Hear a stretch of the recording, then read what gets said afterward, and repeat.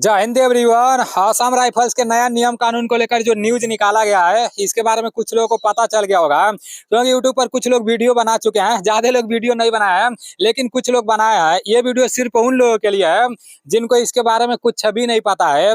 आप पूरे भारत में किसी भी राज्य से हो, चाहे मेल हो चाहे फीमेल हो, अगर आप सिंपल 10 पास करके आसाम राइफल की नई भर्ती के इंतजार में बैठे हो, तो ये वीडियो आपके लिए है। क्योंकि जिसका आप तैयारी कर रहे हो उसमें कुछ बदलाव किया जाने के लिए सोचा जा रहा है, तो उसके बारे में आप सभी लोगों को पता होना चाहिए। आसाम राइफल की वर्दी ऐसी होती है जो सेम इंडियन आर्मी के जैसा ही रहता है, मतलब इंडियन आर्मी से मिलता जुलता है। वर्दी भी इंडियन आर्मी के जैसा रहता है। और आसाम राइफल में जो ट्रेनिंग होता है ना, ट्रेनिंग के जो ट्रेनर होते हैं, जो लोग ट्रेनिंग कराते हैं, वो आर्मी से ही रहते हैं। और आसाम राइफल के जो बड़े बड़े अधिकारी होते हैं, जो ऑफिसर होते हैं ना, तो वो आर्मी से ही रहते हैं। क्योंकि हमारे कुछ दोस्त लोग आसाम राइफल में हुए हैं, तो वो लोग बताते हैं। फर्क इतना रहता है कि आसाम राइफल जो होता है वो पैरामिलिट्री फोर्स में आता है, जैसे गृह मंत्रालय के अंतर्गत आता है। और जो इंडियन आर्मी होता है ना, वो मिनिस्ट्री ऑफ डिफेंस मतलब रक्षा मंत्रालय के अंतर्गत आता है। और ये Assam rifles ministry of home affairs के अंतर्गत आता है, गृह मंत्रालय के अंतर्गत आता है। और गृह मंत्रालय के अंतर्गत एसएससीजीडी की भर्ती भी आती है।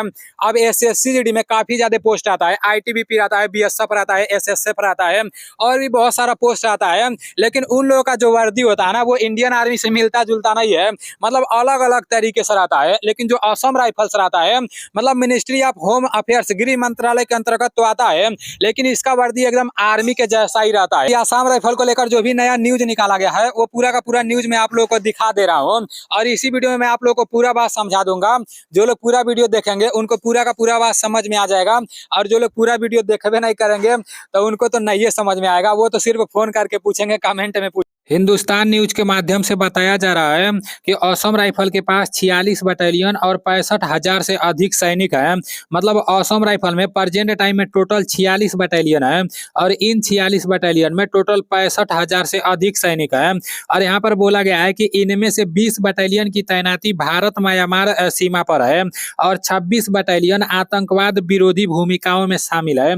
ये जो 26 बटालियन आतंकवाद विरोधी भूमिकाओं में शामिल है लिखा गया ना, इन्हीं 26 बटालियन में से 2 बटालियन यहाँ पर बोला जा रहा है कि 2 जम्मू कश्मीर में सक्रिय है, मतलब 2 बटालियन जम्मू कश्मीर में सक्रिय है।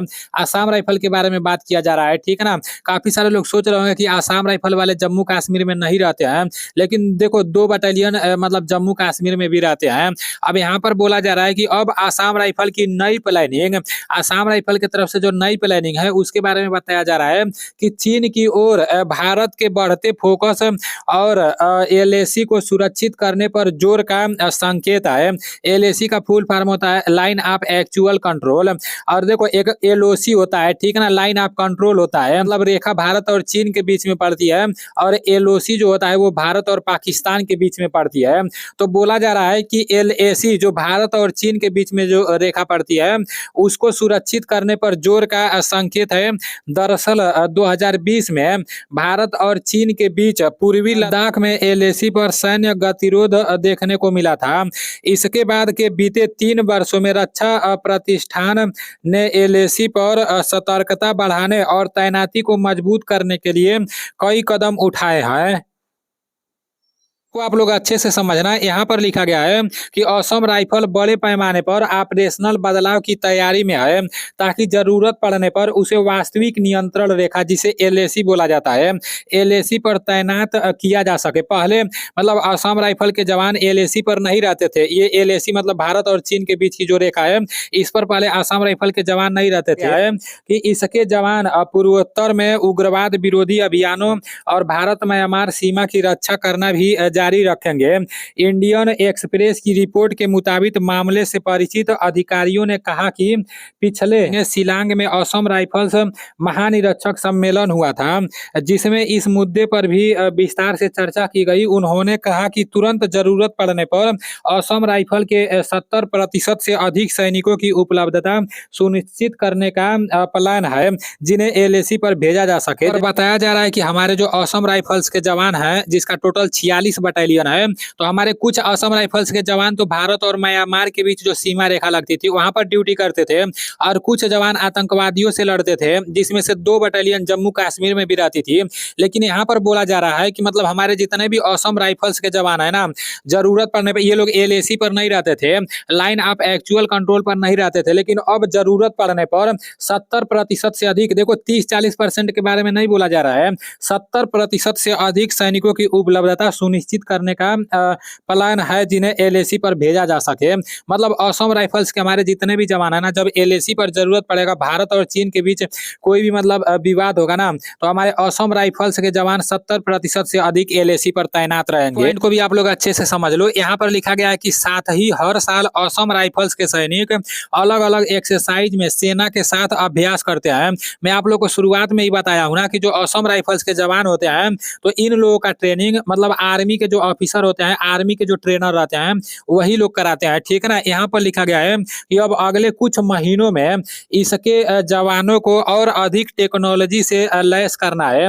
उसके बाद से लिखा गया है कि इसके लिए असम राइफल्स कई तरह के आधुनिक हथियार और संचार उपकरण और सैन्य वाहन खरीदने की योजना बना रही है। जो लोग पूरा वीडियो देखे होंगे उनको पूरा का पूरा बात बिल्कुल आसानी से समझ में आ गया होगा। न्यूज के माध्यम से बताया जा रहा है कि हमारे जो असम राइफल्स के जवान थे, वो लोग जहां पर ड्यूटी करते थे, अब उसके अलावा असम राइफल्स के जवान एलएसी पर भी ड्यूटी करेंगे। मतलब आर्मी वालों के साथ रहकर ये लोग ड्यूटी करेंगे। तो इससे एक संकेत और मिल रहा है, आने वाले समय में जो असम राइफल्स की भर्ती आएगी ना, मतलब उसमें वैकेंसी को बढ़ाया भी जा सकता है, क्योंकि अब असम राइफल्स के जो जवान हैं वो लोग आर्मी के साथ रहकर भी ड्यूटी करेंगे। तो ये काफी अच्छी बात है। अब देखते हैं आगे क्या होता है। मतलब डिफेंस लाइन से रिलेटेड कोई भी न्यूज निकल कर आएगा तो मैं आप लोगों को पूरा का पूरा बात बता दूंगा। तो चलो ठीक है, मिलते हैं अगले वीडियो में। आप लोग अपना तैयारी करते रहो। जय हिंद।